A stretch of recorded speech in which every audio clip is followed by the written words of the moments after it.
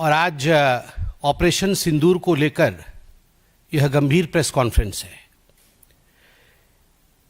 मैं एक positive note से शुरू करना चाहता हूं और यह भी बताना चाहता हूं कि आज के इस प्रेस कॉन्फ्रेंस का मुख्य मुद्दा है, जिस प्रकार चाहे राहुल गांधी हो, चाहे जयराम रमेश हो, चाहे रेवंत रेड्डी हो, इन लोगों ने जिस प्रकार का बयान दिया है, जिस प्रकार से भारत की सेना के मनोबल को गिराने की चेष्टा की है, जिस प्रकार से आम हिंदुस्तानी के मनोबल को गिराने की बार बार चेष्टा की है, उस पर तो मैं आऊंगा ही, मगर यह अनुचित होगा कि मैं पहले नेगेटिव से शुरू करूं। मैं पॉजिटिव से शुरू करूंगा।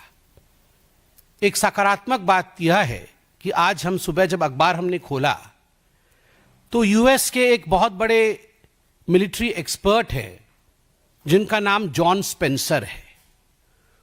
उनका एक बहुत ही गांभीर्य से भरा हुआ, तथ्यों से भरा हुआ आर्टिकल छपा है जिसका शीर्षक है India won take war, Pak lost as China's proxy, US expert. और इस आर्टिकल में बहुत मजबूती के साथ अपने विषय को रखते हैं, प्रस्तुत करते हैं। और जॉन स्पेंसर कहते हैं कि किस प्रकार हिंदुस्तान में बने हुए जो टेक्नोलॉजीज थी, चाहे वो आकाश हो, चाहे बाकी टेक्नोलॉजीज हो, उन टेक्नोलॉजीज के माध्यम से किस प्रकार एक निर्णायक जीत भारतवर्ष की सेना का आतंकवाद के ऊपर हुआ है।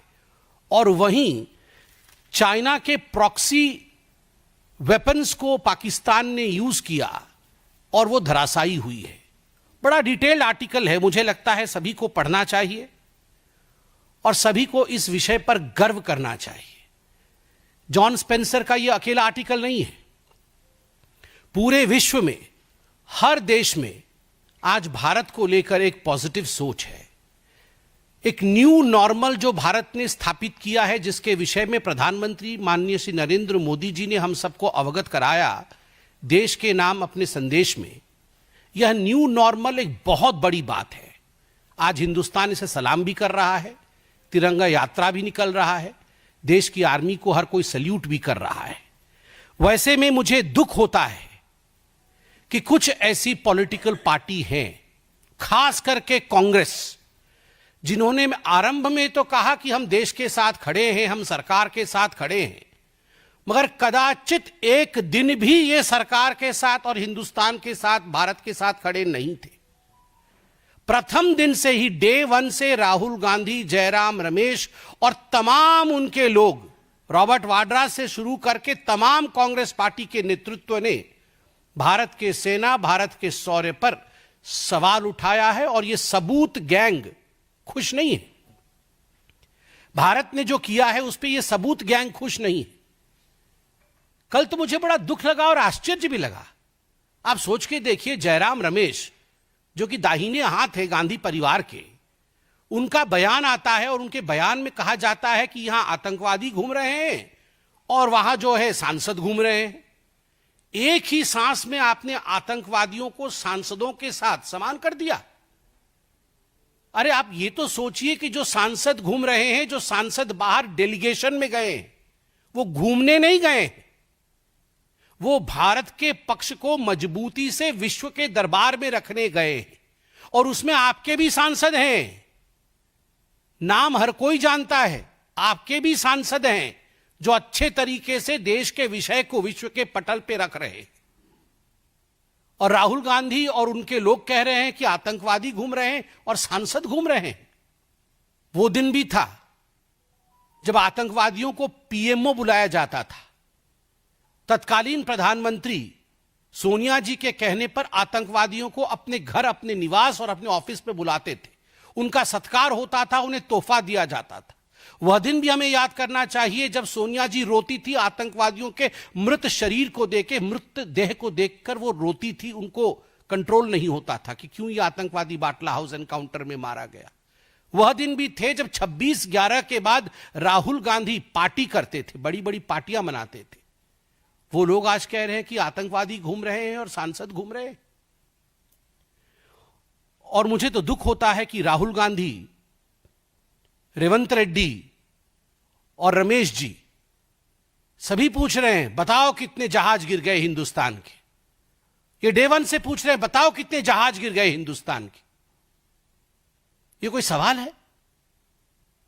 आपको समझ नहीं है? भारतवर्ष ने, भारत की सेना ने 9 आतंकवादी अड्डों को ध्वस्त किया। सैटेलाइट इमेज दिखाया गया।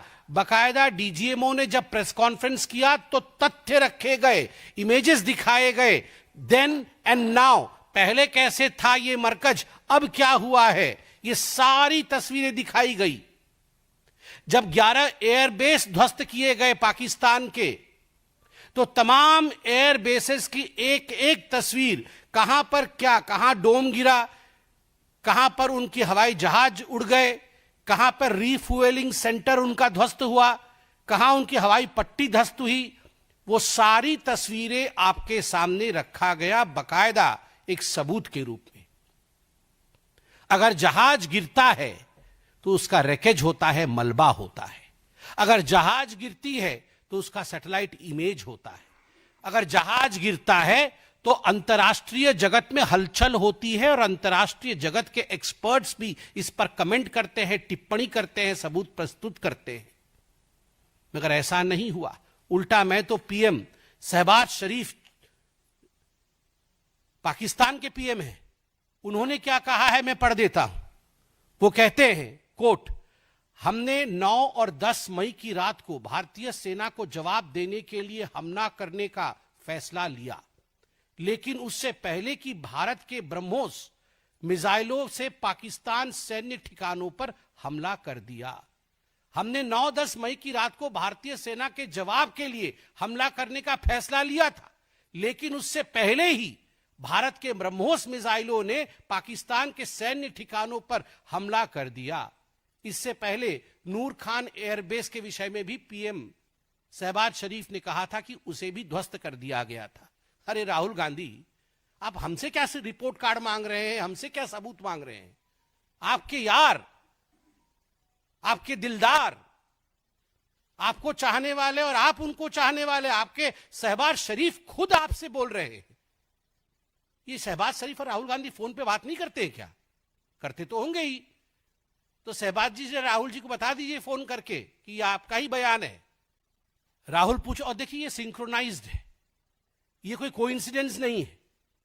आप याद करिए, डे वन से पहले तो इनके बड़े नेता आके कह रहे थे कि हमें युद्ध की आवश्यकता नहीं है, पाकिस्तान की बात मान लेनी चाहिए और पाकिस्तान को छोड़ देना चाहिए। और फिर दूसरी तरफ कह रहे थे कि हम भारत के साथ है, भारत की सरकार के साथ है। दूसरा, आप याद करिए, इंडस वैली जो ट्रीटी थी पानी की, इंडस वाटर ट्रीटी, उसको जब कैंसिल किया गया, कांग्रेस के बड़े नेता कह रहे थे कि यह तो ह्यूमैनिटेरियन विषय है, मानविकता के आधार पर इस प्रकार से पाकिस्तान का पानी बंद नहीं करना चाहिए, यह उचित कदम नहीं है। और तो और सिद्धरमैया तो कह रहे थे कि वॉर एक अच्छी बात नहीं है, बिल्कुल हमें वॉर में नहीं जाना चाहिए। इसके साथ ही आप याद करिए कितने सवाल कांग्रेस पार्टी ने भारत की सेना के ऊपर सबूतों के आधार पर उठाए थे। राहुल गांधी पूछते हैं कितने रफाल गिराए, रमेश पूछते हैं कितने रफाल गिराए, रेवंत रेड्डी पूछते हैं बताओ कितने रफाल गिराए। ये जो पाकिस्तान के बब्बर हैं वो हिंदुस्तान के गब्बर हैं। बताओ कितने रफाल गिराए, ये पाकिस्तान के बब्बर, ये हिंदुस्तान के गब्बर हैं। और याद रखो, हिंदुस्तान के गब्बरों, तुम्हारी वही होगी जो जय और वीरू ने गब्बर का किया था। भारत का जय और भारत का वीरता, भारत की वीरता और भारत के जय के कारण गब्बर का पराजय निश्चिंत है। आप सोचिए जरा, देखिए, कभी भी राहुल गांधी ने यह नहीं पूछा कि कितने पाकिस्तान के एयरबेस ध्वस्त हुए, कभी भी यह नहीं पूछा कितने आतंकी अड्डे ध्वस्त हुए, कभी भी यह नहीं पूछा कि कितने आतंकवादी मारे गए। पूछा तो केवल इतना कि कितने हवाई जहाज हिंदुस्तान के गिरे। मगर चलिए, कल तो एक बात अच्छी हुई कि प्रेस कॉन्फ्रेंस में मैं देख रहा था, जयराम रमेश ने कम से कम ये तो माना कि भारत की अर्थव्यवस्था 10 गुनी बढ़ गई है। इतना ही उनके प्रेस कॉन्फ्रेंस में सत्यता थी। और आज मैं पूछना चाहता हूं राहुल जी, आज देश जानता है कि कांग्रेस में भी 2 फाड़ है। एक वो कांग्रेस जो पाकिस्तान का समर्थन कर रही है, और कांग्रेस के अंदर भी कुछ ऐसे नेता हैं जो देश के लिए आवाज उठाना तो चाहते हैं किंतु आपके कारण उठा नहीं पा रहे हैं। और ये जो जय हिंद की यात्रा आपने निकाला है, और हर जय हिंद की यात्रा में, कल रेवंत रेड्डी जी पूछ रहे थे कि हिंदुस्तान की कितनी जहाजें गिर गई, परसों रमेश जी पूछ रहे थे, ये जो जय हिंद की यात्रा आपने निकाला है, ये जय पाकिस्तान की यात्रा ज्यादा लग रही है, जय हिंद की यात्रा कम लग रही है। इससे अच्छा होगा आप यात्रा बंद करिए और पाकिस्तान के साथ सलाह मशवरा करके कंबाइंड प्रेस कॉन्फ्रेंस करिए। यही आपकी आज वास्तविकता है। ममता जी ने भी कल बहुत ही, मैं कहूंगा, जो नहीं कहना चाहिए उस प्रकार की बातें कल ममता बनर्जी ने कहा है। किसी भी चुने हुए प्रतिनिधि को या किसी भी नेता को इस प्रकार की भाषा की, प्रधानमंत्री नरेंद्र मोदी क्या सभी के पति हैं? क्या सभी महिलाओं के वो हस्बैंड हैं? ये कितनी कैसी बात है ये? मैं तो इस पे कुछ कहना भी नहीं चाहता हूं। हां, प्रधानमंत्री नरेंद्र मोदी सभी के सेवक है, किसी के पिता हैं तो किसी के भाई हैं, इसमें कोई शक नहीं है। मगर इसमें भी कोई शक नहीं है ममता जी कि जितने भी घुसपैठिए हैं और जितने भी बांग्लादेशी हैं जो भारत में घुसपैठी के रूप में अंदर आए हैं, जितने भी रोहिंग्यान हैं जो आज हिंदुस्तान में शरणार्थी नाम पे घुसपैठिए बन के बैठे हुए हैं, उन सबको अगर शरण देने का काम किसी ने किया है, उन सब की कोई चहेती है तो वो ममता बनर्जी जी आप ही है। आप देखिए, ये केवल कोइंसिडेंस नहीं हो सकता है। जब पूरे विश्व में एक स्वर में भारत के डिफेंस सिस्टम, भारत के जिस प्रकार का शौर्य भारत की सेना ने आतंकवादी अड्डों को ध्वस्त करने में दिखाया है, उसकी सराहना हो रही है, उसकी चर्चा हो रही है, सकारात्मक चर्चा हो रही है। उस समय हमारे देश में ही, आप बताइए मुझे, किसी और देश में यह चर्चा चल रही है क्या कि भारत के कितने जहाज गिर गए? बताइए, भारत के जहाज गिरे या नहीं? ये केवल हमारी ही ऑपोजिशन पार्टी और मुख्य ऑपोजिशन पार्टी कांग्रेस बार बार वही सवाल जो पाकिस्तान कभी कभी पूछती है, पाकिस्तान भी इतना नहीं पूछती है जितना ये पूछते हैं। ये क्यों पूछती है? और आप याद करिए, जब प्रेस कॉन्फ्रेंस, जब ये पूरा चल रहा था ऑपरेशन सिंदूर, अभी भी ऑन है वैसे, मगर ऑपरेशन सिंदूर जब चरम पर था तो डीजीएमओ पाकिस्तान के जब प्रेस कॉन्फ्रेंस करते थे तो पीछे जो तस्वीरें चलती थी और बयान चलता था, वो किसका चलता था? वो तो राहुल गांधी जी का चलता था पीछे कि देखिए जी, हमारे हीरो राहुल जी क्या बोल रहे हैं, राहुल कितने अच्छे हैं। फिर बीच में मल्लिकार्जुन खड़गे भी आते थे, थोड़ा उनका बयान भी चलता था। और हर जगह जितनी भी मीडिया हाउसेस थी उनमें राहुल जी हीरो बने हुए थे पाकिस्तान में। तो हम क्यों ना सोचे कि ये सब मिले हुए हैं। और कल आप देखिए, कल ही जयराम रमेश जी ने जो अपना वक्तव्य रखा है उसमें उन्होंने कहा है कि भारतवर्ष में मोदी जी को ये जो चाइना और पाकिस्तान का प्रॉक्सी खेल हो रहा है उसके विषय में कमेंट करना चाहिए। और आज ही जॉन स्पेंसर ने लिखा है कि ये जो चाइनीज प्रॉक्सी वेपन थे उनको भारतवर्ष ने किस प्रकार से ध्वस्त किया, उसका विवरण आज के अखबारों में है। पढ़िए ना एक्सपर्ट्स ने क्या लिखा है। एमओयू जाके साइन करते हैं चाइना में, सवाल हमसे पूछते हैं।